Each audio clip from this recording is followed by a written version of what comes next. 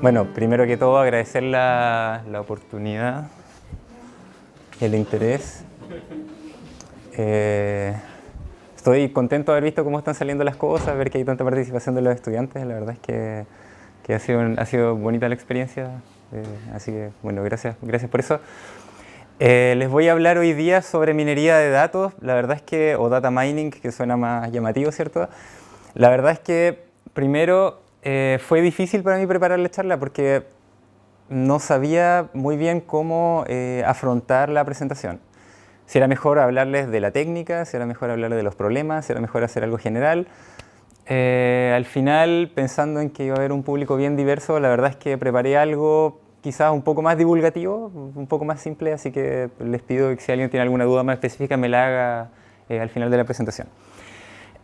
La primera dificultad que enfrenté cuando empecé a pensar en preparar la presentación es quizás la dificultad que enfrentaría cualquier alumno si uno le pide que en pocas palabras explique de qué se trataba un curso por el que acaba de pasar.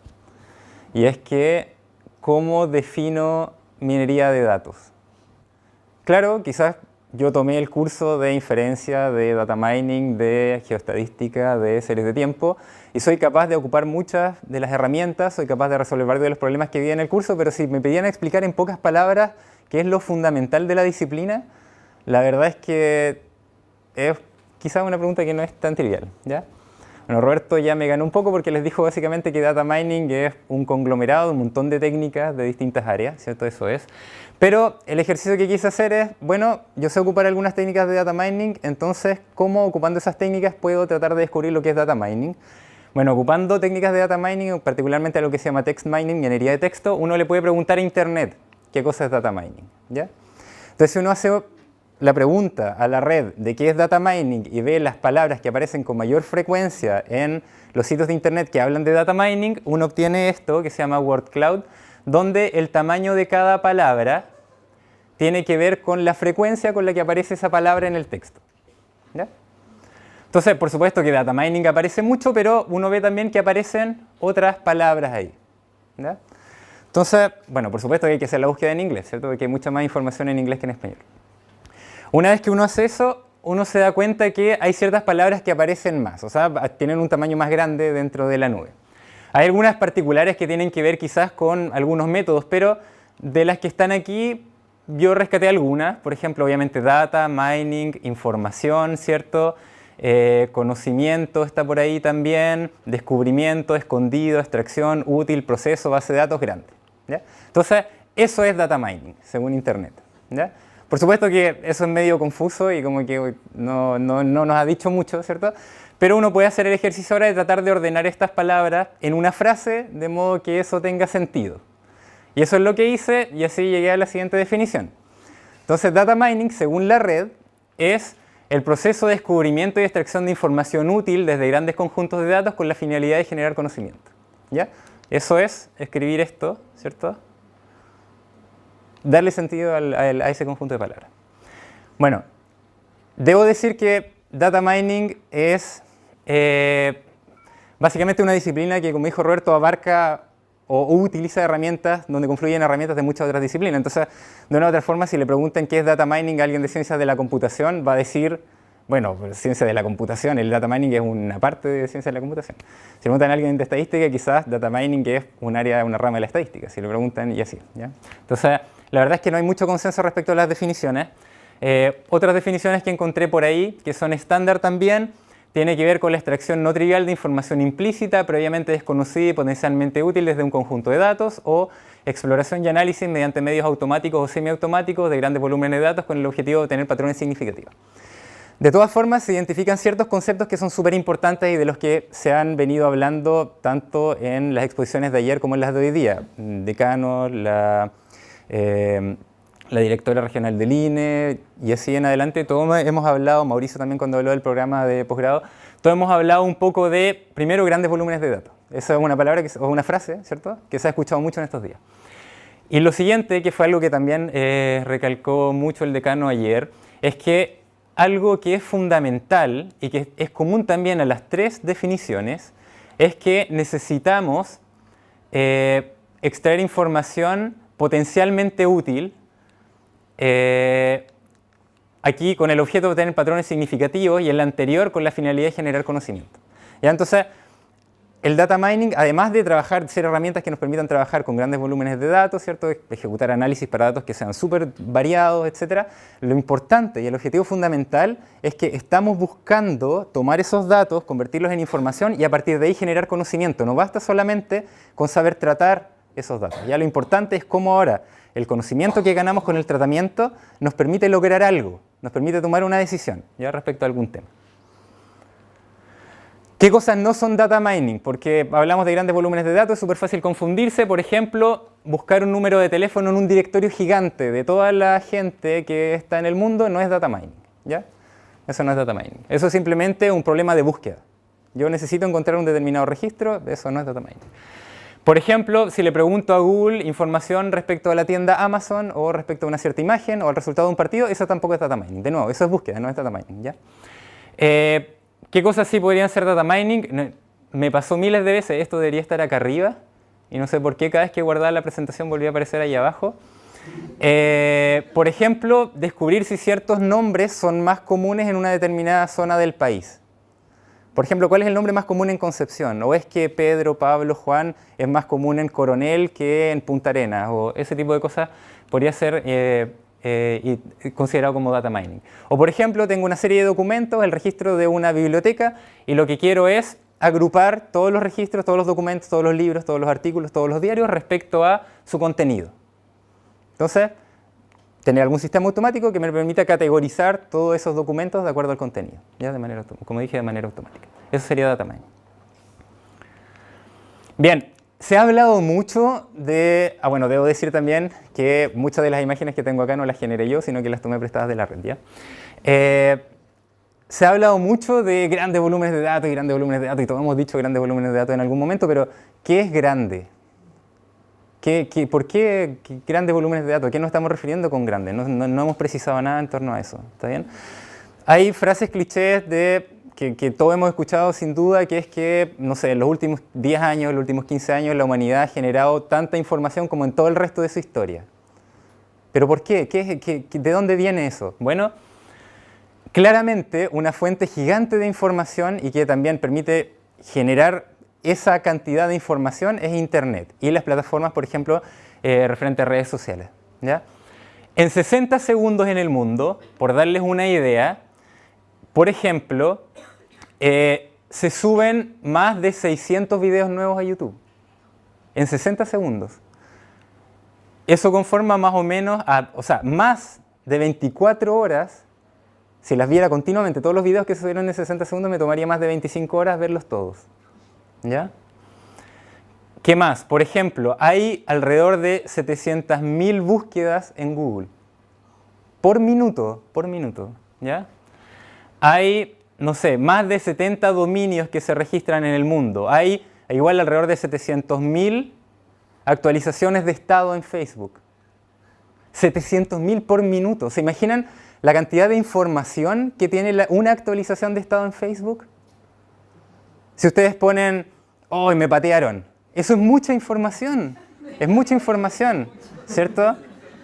Imagínense, hay 700.000 posts como ese por minuto. La información que nos da eso, por ejemplo, del estado de la sociedad es brutal, hay mucha información, ¿ya? Entonces, bueno, hay un montón de, no sé, llamadas por Skype, alrededor de 370.000, casi 100.000 Twitter, publicaciones en Twitter, 168 millones de correos electrónicos enviados. O sea, cuando estamos hablando de volúmenes de datos grandes, estamos hablando de esto, ¿ya? Este es el panorama que enfrenta la sociedad actualmente. Yo les voy a pedir disculpas porque el título de mi charla los puede engañar. Yo creo que en este momento la minería de datos no es solo relevante para la industria, yo creo que es relevante para la prensa, yo creo que es relevante para la minería, yo creo que es relevante para la biología, yo creo que es relevante para los gobiernos, yo creo que es relevante para la sociedad en general, ¿ya? Porque esto no tiene nada que ver, o sea, imagínense, se suben más de 700 videos nuevos a YouTube cada minuto. Eso quiere decir que YouTube es una tremenda plataforma para hacer cualquier tipo de publicidad, por supuesto, ¿cierto? Entonces, por ejemplo, si yo supiera qué es lo que les gusta más a la gente estudiando los datos de YouTube, ¿cierto? O estudiando los me gusta de Facebook, yo podría tener una campaña que alcanzara a mucha gente, ¿cierto? Que me permitiera vender y ofrecer mi producto a nivel mundial y alcanzar realmente a mucha gente. Entonces, esto yo creo que trasciende a las empresas, sino que también es información súper útil para el gobierno, como les dije, y para muchas áreas distintas, ¿ya? Ahora, de nuevo, a esto nos referimos con harta información. Por supuesto que a uno le puede parecer que estas fuentes de información son un poco quizás irreales o inalcanzables. Bueno, Facebook tiene toda esta información y millones de actualizaciones de estado y todo, pero ¿cómo voy a trabajar con los datos de Facebook? Bueno, resulta ser que hay otras, ¿cierto? Tenemos todos los procesos industriales, base de datos de los gobiernos, todo lo que viene de la industria biomédica, datos económicos, datos de prensa escrita, todos los datos que se obtienen en minería, datos de turismo, toda la información que están generando los sensores continuamente, datos satelitales, etc. ¿Ya? O sea, les muestro esto porque es quizás lo que para uno es más evidente, pero la verdad es que tenemos miles de sensores y miles de fuentes generando información en el mundo, en todos lados, en todo momento, ¿cierto? Y todas esas son materia prima potencial, ¿cierto?, para la minería de datos, ¿ya? Entonces, la minería de datos, de nuevo, no se va a centrar en un contexto particular, no vamos a estar solo interesados en ver qué pasa con las redes sociales, sino que en realidad es aplicable a todo, ¿ya? Bien, hasta aquí es fácil. Cuando uno va a hablar de minería de datos, siempre muestra cosas como esta, y hoy captura el tiro la atención de la gente, pero después de decirles esto, ¿qué hago? ¿Ya? Entonces, lo que elegí hacer es que les voy a hablar de dos tareas que son quizás las clásicas en minería de datos. Les voy a mostrar algunos ejemplos dónde se aplica y cómo se aplica. Entonces, bueno, eso es lo que yo elegí, ojalá que no sea muy fome. Las tareas de la minería de datos son fundamentalmente dos, ¿ya? Y son las clásicas. Hay por supuesto que muchas más, pero son principalmente dos. Son las tareas de descripción y clasificación. En la tarea de descripción lo principal es que uno quiere encontrar en los datos patrones que sean interpretables por un humano, ¿cierto?, que los describan bien. Y en la etapa de clasificación a uno le gustaría saber si algunas de las variables, por ejemplo, me permiten predecir el valor desconocido de alguna variable o el valor futuro de otra variable. ¿Ya? Esas son las dos tareas principales de la minería de datos. ¿Ya? De nuevo, hay más, pero esas dos son las principales, las clásicas, y les voy a hablar un poquito más de cada una. Bien, dentro de la etapa de descripción, uno de las técnicas, de los problemas que se resuelven en minería de datos tiene que ver con la formación de conglomerados, ¿ya? ¿Qué es la formación de conglomerados? En general, si tengo un conjunto de datos y alguna medida de disimilitud que me diga qué tanto se parecen o se diferencian los individuos, entonces la idea es encontrar conglomerados tales que los individuos que se encuentran dentro de un conglomerado sean muy parecidos entre sí y ojalá súper distintos a los que están en otros conglomerados. ¿Ya? Entonces, todos los que están aquí están muy cerca, de alguna forma, porque mi medida de disimilitud me dice que están muy cerca y ellos son todos azulitos, ¿cierto? Se parecen y son distintos de los amarillos, que están muy cerca, distintos de los rojos, de los verdes, y de aquí ya se acaban los colores, entonces se repiten, pero quédense con estos cuatro de aquí. ¿Ya? Esa es la formación de conglomerado. Entonces uno tiene unos datos, una tabla de datos gigante, entonces se puede preguntar quiénes se parecen y quiénes no y formar conglomerados a partir de eso. ¿Está bien? Uno podría decir, ya, pero entonces, ¿y de qué me sirve eso? Si estoy agrupando cosas parecidas de acuerdo a alguna medida de similitud, es algo súper abstracto, ¿cierto? No necesariamente uno sabe concretamente para qué sirve, entonces veamos algunos ejemplos. Por ejemplo, esto se puede aplicar a agrupación de documentos. ¿Ya? ¿Cómo se hace o cuál es un poco el objetivo, el procedimiento, etcétera? ¿Cómo lo vamos a hacer? Primero, o sea, el objetivo es encontrar grupos de documentos que se parezcan. Como les dije, cada documento, por ejemplo, escrito tiene mucho texto, ¿cierto? Y ese texto me puede dar información del tema del que trata el documento y por lo tanto yo puedo ahora saber si ese documento se parece a otro, por ejemplo, si es que habla de un tema similar, por decirlo de alguna forma. ¿Ya? Entonces, la idea es encontrar grupos similares basados en el contenido. ¿Cómo se hace? Bueno, primero uno encuentra los términos que más se repiten en cada documento. Teniendo los términos que más se repiten entre todos los documentos, yo puedo definir qué tanto se parece un documento a otro. Por ejemplo, si una palabra se repite constantemente, si el texto todo el rato dice data mining y otro también, lo más probable es que los dos textos puedan quedar bien clasificados dentro de la misma categoría. ¿Ya? Entonces, primero identificamos los términos frecuentes, definimos alguna medida de similaridad basada en la frecuencia con la que aparece cada palabra en el documento y con eso uno ahora es capaz de decir, todos estos documentos hablan de data mining, los meto en este estante, por ejemplo, todos estos hablan de medicina, los meto acá, todos estos hablan de geoestadística, los meto aquí, etc. ¿Ya? Ahora fíjense que, no sé si lo puse o no lo puse, eso tiene una utilidad práctica inmediata. Ahora, si yo quiero buscar un texto de data mining, yo sé en qué grupo tengo que buscar, ¿cierto? Y si tengo una biblioteca de 3 teras de información, con PDFs de distintos libros, etc., no tengo que buscar documento por documento, ¿cierto? Puedo revisar primero por categoría y ir filtrando la búsqueda de modo que sea más rápida, ¿ya? Otra aplicación bastante menos evidente tiene que ver con lo que se llama algoritmos de recomendación, ¿ya? Puse una foto de Amazon aquí porque fue Amazon quien implementó esto primero y, bueno, ganó mucho dinero. ¿De qué se tratan los...? Bueno, como Roberto dijo, ¿cierto? Igual es importante hablar de eso. Ya, ¿de qué se tratan los algoritmos de recomendación? ¿Cómo aplicamos la idea? Imagínense que ustedes van a comprar algo, ¿ya? Van a comprar algo en una tienda. Yo sé que, no sé, necesito una corbata o necesito un chaleco, porque hoy día salí de la casa con pura camisa, salí súper apurado y se me olvidó traer algo para taparme y hace frío, ¿cierto? Entonces voy a tener frío. Puedo ir a la tienda, comprarme una chaqueta y me voy y listo, ¿cierto? Obviamente eso a la tienda no le conviene, pues a la tienda le conviene que yo llegue a la tienda y ojalá a comprar la chaqueta y ojalá yo me tope con un montón de cosas que yo no sé qué quería, pero que al verlas, o ellos al ofrecérmelas, ¿cierto?, me generan la tentación suficiente como para comprarla, ¿cierto? Así probablemente yo voy a terminar comprando más de lo que quería, ¿sí?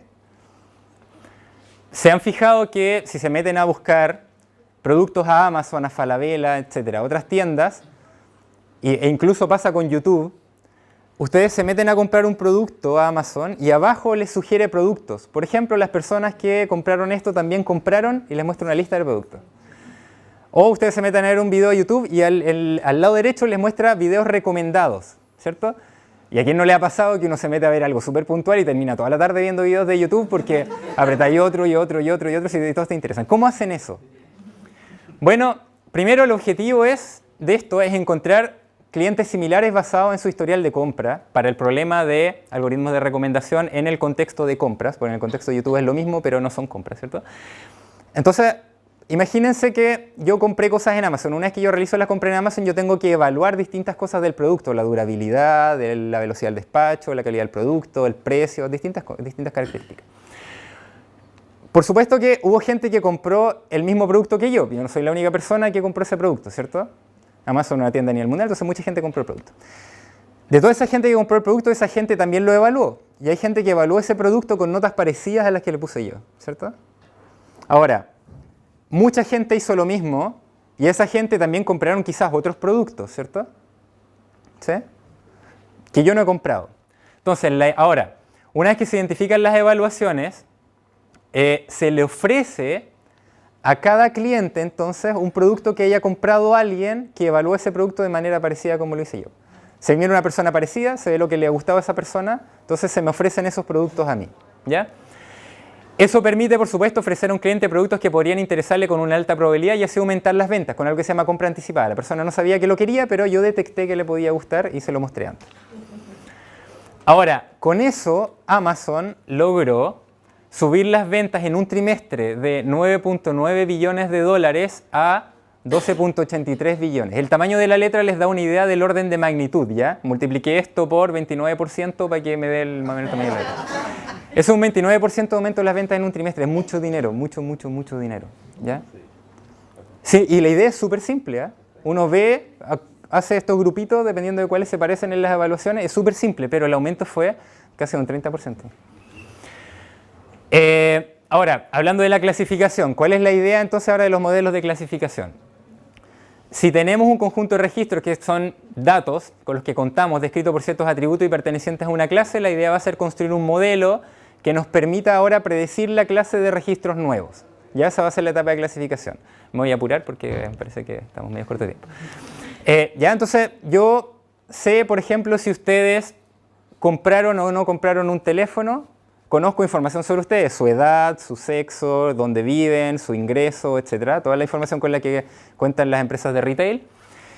Y entonces ahora algo que se puede hacer es mirar a otra persona, ver si sus características se parecen a las de alguien que yo tenga en la base de datos, o bueno, es mucho más difícil porque en general no estoy comprando por individuo, sino que se corre el modelo, y en base a sus características comerciales, edad, etc., uno puede predecir si ese individuo va a comprar o no va a comprar un producto. Eso, fíjense, permite, por ejemplo, limitar las campañas publicitarias. Si yo quiero hacer una campaña publicitaria que alcance a todo el mundo, eso me cuesta mucho dinero. Si quiero escribirle un correo electrónico a todas las personas de Chile para ofrecerles un producto, eso me cuesta dinero. Ahora, si yo pudiera filtrar esa población y saber que hay un 5% que con una alta probabilidad me va a comprar el producto, le escribo a ellos, ¿no? Eso es mucho más barato, ¿ya? Entonces, para eso sirven este tipo de algoritmos. Por ejemplo, también para scoring de crédito. Imagínense, van a un banco, quieren pedir un crédito para comprar una casa. ¿Cómo lo hace el banco para decidir si ustedes van a ser un buen cliente o no? ¿Ya? El banco lo que hace es tomar sus antecedentes comerciales, ver si han cumplido con los pagos o no de otros préstamos que hayan tomado, ver hace cuánto tiempo ingresaron, su ingreso, su nivel educacional, etc. Y son capaces de elaborar el score, ¿cierto? Si esto es bueno, les dan el crédito, si no, no. ¿Ya? Bien. Eso es lo bonito, ya son ejemplos súper clásicos de minería de datos. Hay otras aplicaciones que le puse más oscuras, ¿ya? Porque hay mucha información, mucha. Y que nosotros, y el uso, como dijo Nora, tenemos que ser responsables con el uso de esa información y con las consecuencias que se pueden sacar, ¿ya? Porque me pregunta, ¿cómo construir un filtro para que Internet no me ofrezca, para que el banco no me llame? Claro. ¿Cómo construir un algoritmo otro Sí. que funcione contra estos, digamos, robos de dinero? O sea, básicamente yo le estoy dando a Google, a Facebook, información todo el tiempo, a YouTube, información todo el tiempo. ¿Quiero yo que ellos sepan tanto de mí o no? ¿Ya? Entonces, por ejemplo, en Facebook, gente de Facebook y de la Universidad de Cornell hicieron las siguientes preguntas. Por ejemplo, ¿es importante que tu pareja se lleve bien con tus amigos o no? O si con mi pareja llevo más de un año, ¿hay posibilidades de casarme o no? ¿Cuál es la probabilidad de que lleguemos a casarnos realmente? ¿Ya? Y hicieron un estudio porque la base de Facebook es gigantesca. Hay mucha gente que está en relación con otra, ¿cierto? Están casados. Entonces uno puede ver, ellos tienen amigos en común o no, duraron más de un año, llegaron a casarse. Tienen millones de personas como en Facebook y tiene toda esa información disponible. El asunto es que encontraron más de lo que estaban buscando. Por ejemplo, el tener muchos amigos en común logra explicar solamente a un 24,7% de las parejas que hay en la base de datos de Facebook. ¿Ya? Una cantidad súper limitada. Ahora, un 50% de las parejas no solo tienen amigos en común, sino que esos amigos se repiten y pertenecen a varios círculos al mismo tiempo. Eso logra explicar un 50% de las parejas. Pero se dieron cuenta de que en realidad lo que lograba predecir con más precisión si es que dos personas estaban en una relación o no, era la cantidad de fotos en las que aparecían juntos, eso mayor de un 70%, la cantidad de fotos en las que aparecen juntos y la cantidad de tiempo que invierte cada uno en seguir la actividad de otro a través de Facebook. Si yo le pongo me gusta todo el rato a sus fotos, si me meto a ver la página, ¿cierto? Y etcétera, ¿ya? Por el contrario, porque si las relaciones, digamos, son muy profundas, en este caso la gente va a poner las fotos, pero sí, porque Claro. yo salgo con alguien, Claro. no quiero poner estas fotos Claro. para que alguien otro no me pegue, ¿cierto? Pero- Eso puede ser que... Pero fíjense que eso es un problema, porque quiere decir que en función de la actividad que yo tengo en Facebook y del tipo de fotos que subo, Facebook puede saber si estoy en una relación o no, ¿cierto? Y además, eso, sí. Además, bueno, después les voy a hablar de eso en la siguiente diapositiva y prometo que termino. Otros resultados, por ejemplo, se dieron cuenta que parejas del mismo sexo en general tienden a tener la misma edad. ¿Ya? Pero las parejas heterosexuales no, y la diferencia de edad es en promedio de 4 años. Eso igual es un dato extraño, ¿cierto? Pero interesante, que está ahí volando y bueno, hay que ir y tomarlo, ¿cierto? Algo preocupante es que como la precisión de predicción para saber si alguien está en una pareja o no depende de la actividad en Facebook, ¿qué pasa si yo estoy pololeando con alguien y de repente dejo de seguir sus publicaciones? Empiezo a subir fotos solo, entrenando con los colegas, ¿cierto? ¿Qué pasa? Bueno, se dieron cuenta que eran capaces de predecir alrededor, con un 80% de predicción alrededor, con varios meses de anticipación cuando las relaciones van a terminar. Y Facebook de verdad sabe eso, solamente por su actividad. ¿Ya? Además, aunque ustedes no lo hagan explícitamente, Facebook puede conocer su orientación sexual. ¿Por qué? Porque como dije antes, ¿cierto? Hay, en relación a la actividad de los amigos que tengan en Facebook y al tipo de personas que les interesa en Facebook, puede detectar la orientación sexual. Y eso lo puede hacer también con una tremenda precisión. ¿Ya? Para terminar, ahora sí que sí, pero esto es muy cortito, es que recuerden, la información no es conocimiento. Lo que yo necesito no es saber, tener un modelo que me diga cuántas parejas hay, cuántas parejas no hay. Lo importante es lo que yo hago ahora con esa información para tomar una decisión. ¿Ya? ¿Qué puedo sacar de ahí? ¿Cómo con eso genero un producto? ¿Cómo con eso ayuda a la gente? ¿Ya? Entonces, recuerden, información no es lo mismo que conocimiento. Con conocimiento, claro, voy a tener ciertos patrones que explican la información, pero eso no quiere decir necesariamente que esté ganando sabiduría o conocimiento útil. ¿Ya? Entonces es súper importante ahora, no solo hacer las preguntas, sino que saber cómo ocupar la información, la respuesta a esa pregunta o los patrones que yo pueda observar para tomar una decisión. Este gráfico les muestra, en términos súper simples, que la cantidad de información que entra por nuestros sensores, ¿cierto? Olfato, oído, tacto, vista, es escalas distintas. La información que procesa el ojo por segundo es equivalente al ancho de banda que tiene una red de computadores, y eso es mucho más que lo que se procesa a través del tacto, el oído, el olfato, del gusto. La cantidad de información útil post-procesamiento que ocupa el cerebro para interactuar con la realidad está aquí. ¿Ya? Pero todo el resto de esta información entra. ¿Esto qué les dice? Cuando ustedes quieran presentar la información en esta idea de construir conocimiento, lo más importante es cómo se vea. ¿Ya? Es súper importante. Entonces, para todos los estadísticos, cuando quieran, y también lo dijeron en la presentación de la mañana, cuando quieran presentar la información es súper importante que elijan las técnicas adecuadas. Hay gente que está trabajando y haciendo investigación en eso, ¿ya? Técnicas de presentación de información. Porque es ahí donde nosotros, donde tienen la capacidad de llegar de mejor manera a la gente, ¿ya? Por ejemplo, aquí, ¿cierto? Vemos un montón de piedras, a mí me parece un paisaje súper bonito, pero son piedras al fin y al cabo. Es tarea de ustedes, a la hora que presenten sus resultados, que quienes estemos mirando su presentación, en lugar de ver esto, vean algo así, ¿ya? Que veamos que en realidad no están mostrando solo resultados brutos, algoritmos, etcétera, sino que nos están mostrando algo que pueda parecer magnífico, que nos dé ideas respecto a qué hacer con toda esa información, que sea realmente conocimiento. Ya, eso sí, muchas gracias a todos. Le agradecemos a Sebastián por el tiempo.